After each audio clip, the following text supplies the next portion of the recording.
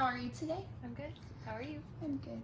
Okay, so why don't we start off by you telling me how you feel like your lesson went? I feel like my lesson went really good. Do you want me to elaborate on that? Yes. How would you like me to elaborate on that in comparison to last year's teachers? Just give me an overview of what you think went well, what you think may have not gone as well as you had pleased, I don't know. Just give me kind of like, how do you feel about it? So, I feel overall it went good. I do wish that my examples were a little better. I think they were a little too high for my kids. But that's kind of a hard thing to gauge with poetry. Okay. So. Okay. And how do you feel your activities and all of that went? I feel like they went good. It's always good to use sentence stems just for anything I do, and they like it. And let's see, what else did we do?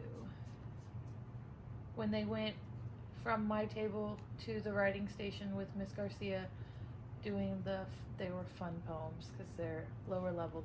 They can read on their own and understand. They loved them because it was like the Baby Shark and Twinkle Twinkle and all those crazy things. They enjoyed that. And then the other ones are reading and Power Up, and those ones are just mundane. Okay. Okay. So this is your T-Test conference. So we're just gonna, go through kind of the lesson, and I may ask you some questions about it, and then I'm gonna go over your ratings. Okay. Sound good? All right. So let's see here. Okay. So I guess my first question is, okay. First of all, tell me a little bit about the kids that you have in your classroom. So I teach resource. Okay. And so I have some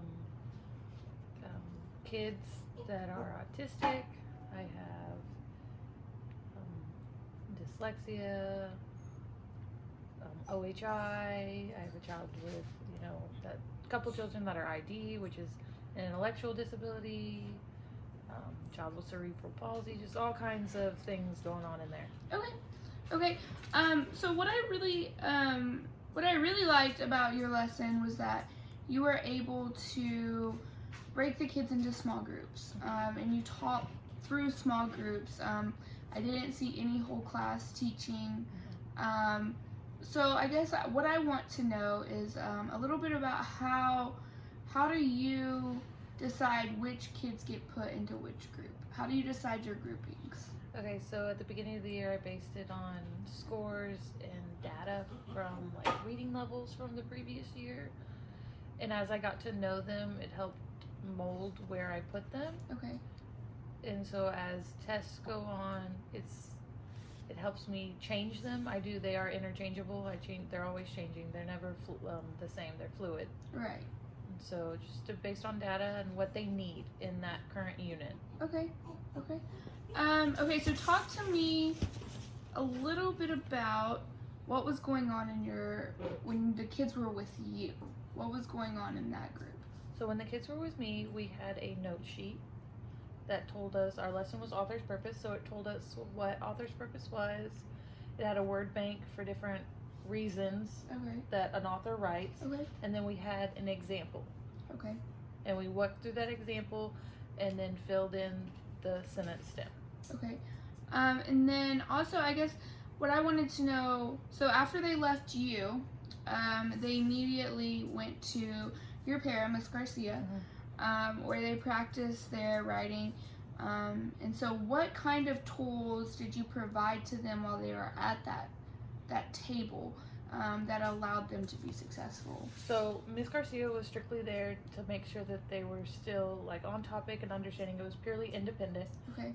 She was not teaching or I guess facilitating it to them. She was there to make sure that if they got off track or if they really misunderstood, she could help them.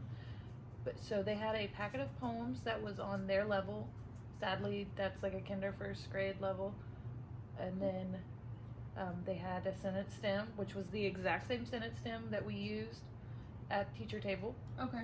So they had already seen it? Yes. Okay. And then just kind of to wrap up the other thing, because there was a lot going on in your classroom, but it was very organized chaos is what I would like to call it. Always. So just to sum up what else was going on in your classroom, so you had kids at 2 other stations. Yes. And so what I noticed is that one station was on Power Up, which was the computer station, and the other kids were on they were independently reading. Yes. Okay, so how do you monitor what the kids are reading? Do you allow them to pick anything? Is it solely based on where they're at on their reading level? How does that work? So, every teacher is different, and independent reading for kids in resource is because they already so low that it's independent reading for me is they're gonna pick whatever book they want to, because I'm not gonna tell them no and crush that drive to read because they're already behind. Right. All the kids in my class are on a kindergarten level, so it's like an A or B reading level, and so I'm not gonna tell them no when they have some kind of like interest in it.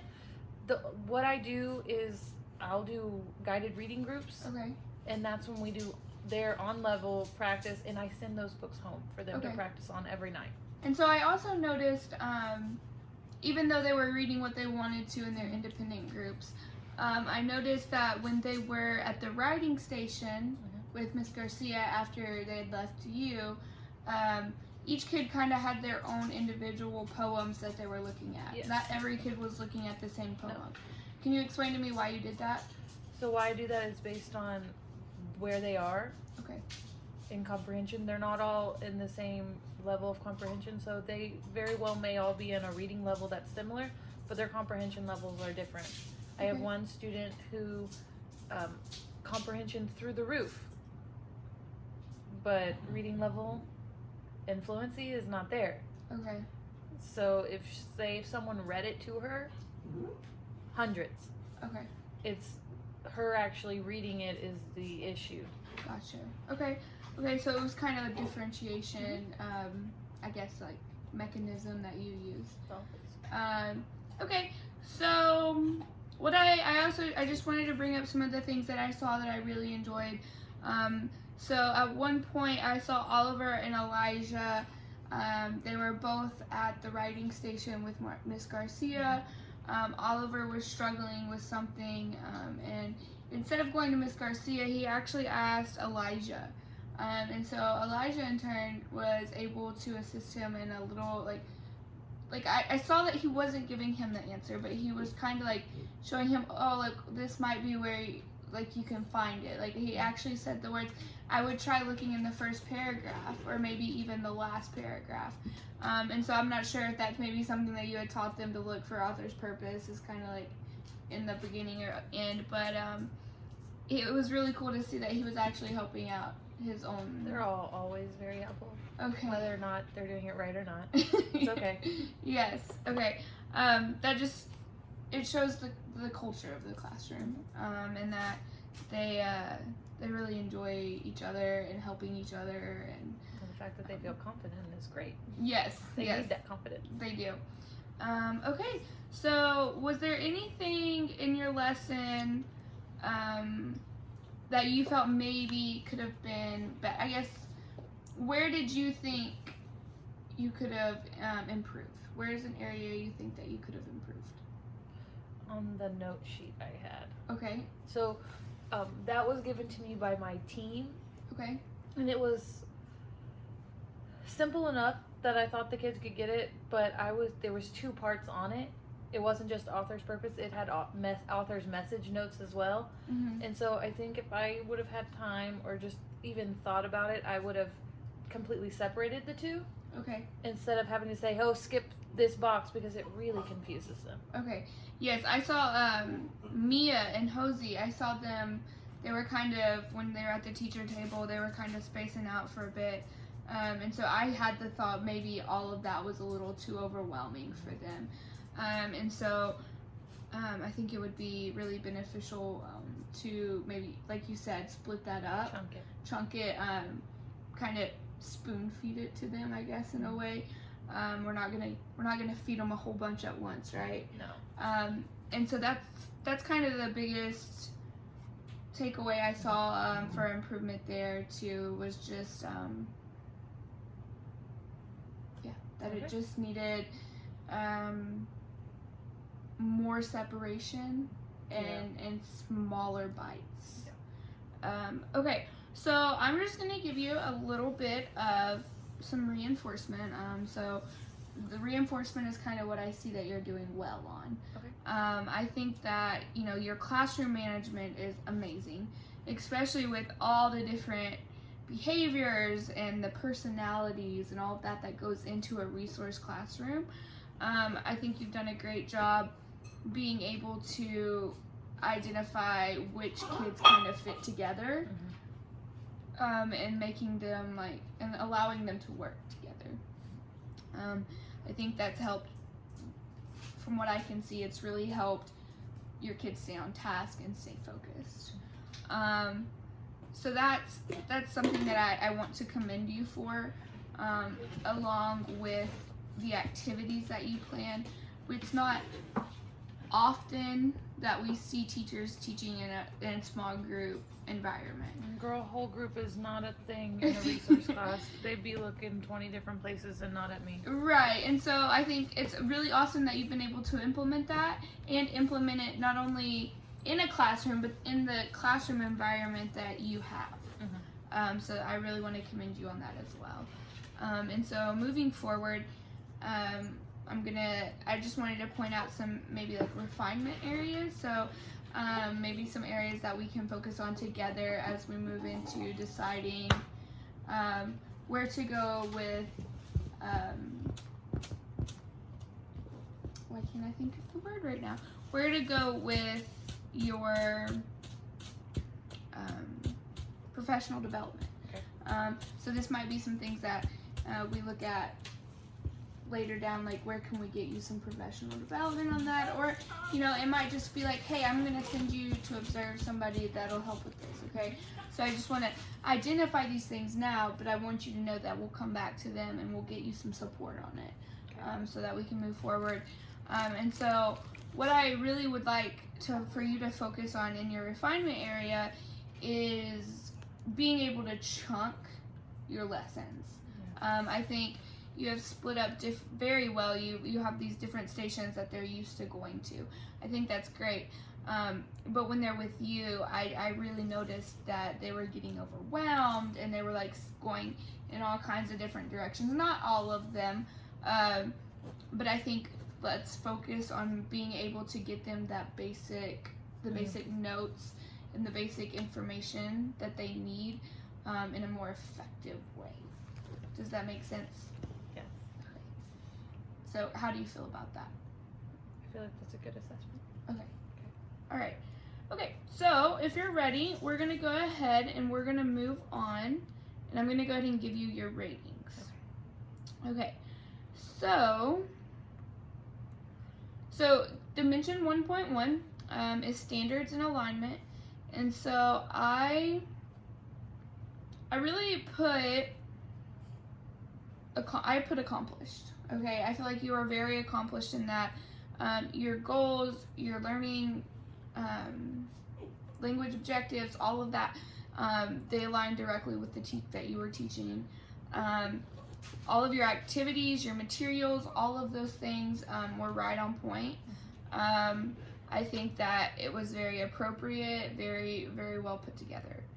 And also, you had your technology going on. Every student visited the technology station, and that was really it really enhanced your lesson. So moving on to 1.2, that was data and assessment, and so I put proficient. Okay. You had formal and informal. Okay, do you want to look? Okay.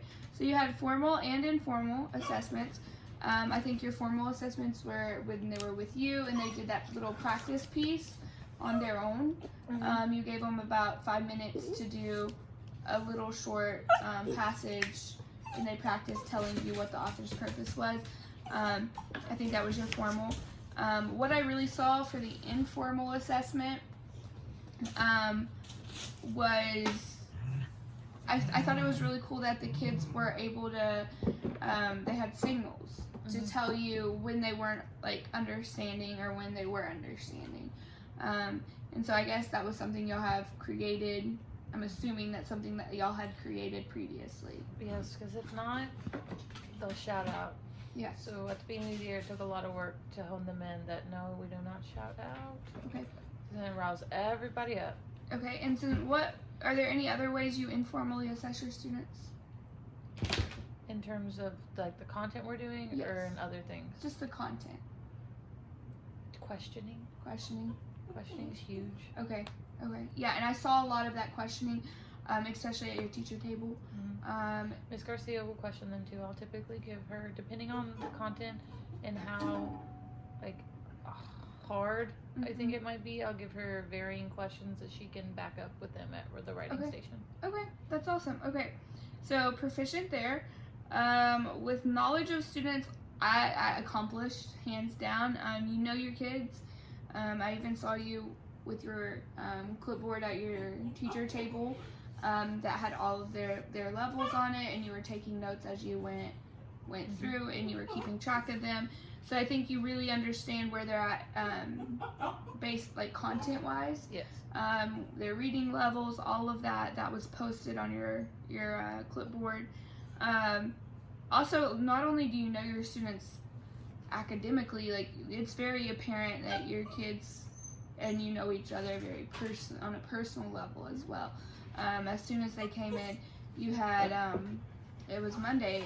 I observed you on Monday, and you had an event this weekend, and the kids with your best friend, and y'all had gone to out of town for a baby shower, and they came in and they had asked you about it, and they started conversation about it, and so that was just really cool to see, like, you know your kids on both sides. Yeah.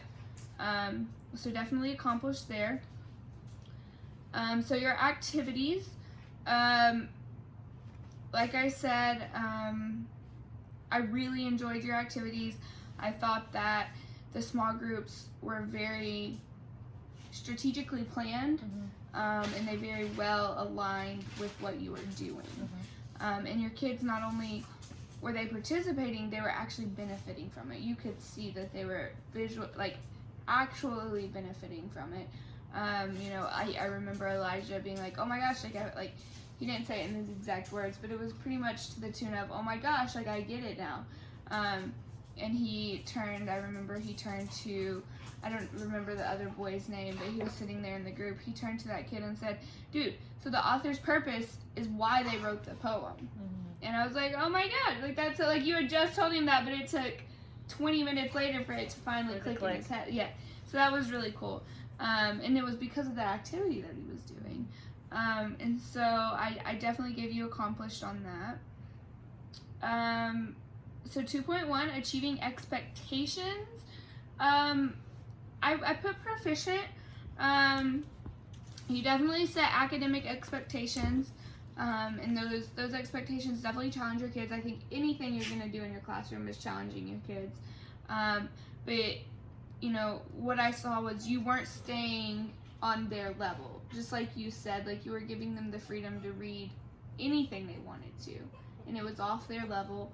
And that definitely was a challenge for them, but they were enjoying it. Like you could tell they were enjoying it. And so you definitely addressed their mistakes immediately. I think that's the benefit of you being in a teacher-centered classroom. I'm not teacher-centered, student-centered. How do you feel that your kids, I guess, how do you think that they, like, do they feel supported in that way? Do you think they feel supported in being able to make mistakes and know that you're going to correct them? Girl, yes. Okay. They come in, and my classroom, first off, doesn't look like a classroom. Okay. There's a couch in there, the lights, there's lamps. The point of that is to feel homey. Okay. so that they're comfortable, and then they're comfortable that mistakes are okay. That's how we learn. Okay. If Miss Rupley tells you something, you're not in trouble. You didn't do something bad, and not gonna lie, it takes some kids months to finally come to that realization because they've learned that mistakes and getting corrected is bad. Okay. And so some of them come to it more faster than others, but they all eventually get there, and they're like, "Oh, it's okay. She's just there to help me." Right. Okay. So then, content knowledge and expertise. I put accomplished. You know your stuff. Your sequence was beautiful. I liked how they didn't go to the practice station until they saw you. And before they saw you, they were kind of warming up with their reading. And so that was really good. You definitely had different types of thinking. What would you say your different types of thinking were in this lesson? Do you want me to clarify? Yes. Okay. So, how did they express what they were learning? So was it in just one way, or was it in multiple ways? So I don't give them options. They know that I'll draw on the table to get something across if they don't understand it just by me verbally saying it, because that's hard. Yes. Understanding and comprehending anything is hard because you can't touch it. Right. And so if I draw a picture, it makes it a little easier. Okay. Some kids, they get it and they'll just need to talk through it. Okay. What else do they do? It's very different because, like in math, you can physically touch it. You can have counters. You could fraction strip. You could do something. There's not so much you can do with reading. I mean, we have graphic organizers we use all the time. Okay. But drawing, yeah, and talking through it, and graphic organizers are the main ones we use. Okay, perfect. And so communication, I gave you proficient. I read that wrong. I gave you accomplished. You asked plenty of questions. You guide them with their thinking with questions. You definitely provide wait time. I saw that wait time was a very big thing with you. It was also very clear that you had planned for, misunderstandings, or you planned for how you would deal with kids who weren't understanding, things like that. So there was a lot of planning, I could tell, that went into that. Differentiation, accomplished. I loved your groups. I loved that, they were strategically grouped and it wasn't just randomized. I thought that you had different articles for each student based on their own reading level, articles or poems. And so, yeah, it was flawless. It was flawless. Monitor and adjust. I gave you proficient. You monitor your students. You adjust your instruction if it needed to be at your teacher table. If they weren't understanding it, you tried it in any other way. So that was definitely a proficient. 3.1, your classroom environment. Accomplished. Your students know what they're supposed to be doing, when they're supposed to be doing it. Transitions were very great. And then, so we have two more. So managing student behavior, definitely accomplished. They knew and understood what they were supposed to be doing. And then learning environment and classroom culture, so 3.3, definitely accomplished. All of your students were engaged. Your students were collaborating together, just like I said, Elijah was really helping his friend and trying to show him where to find it, and all of that good stuff. So thank you. It was a great lesson and I really enjoyed it. Thank you so much. Do you have any questions for me? I do not. Awesome. All right. Thank you. Thank you.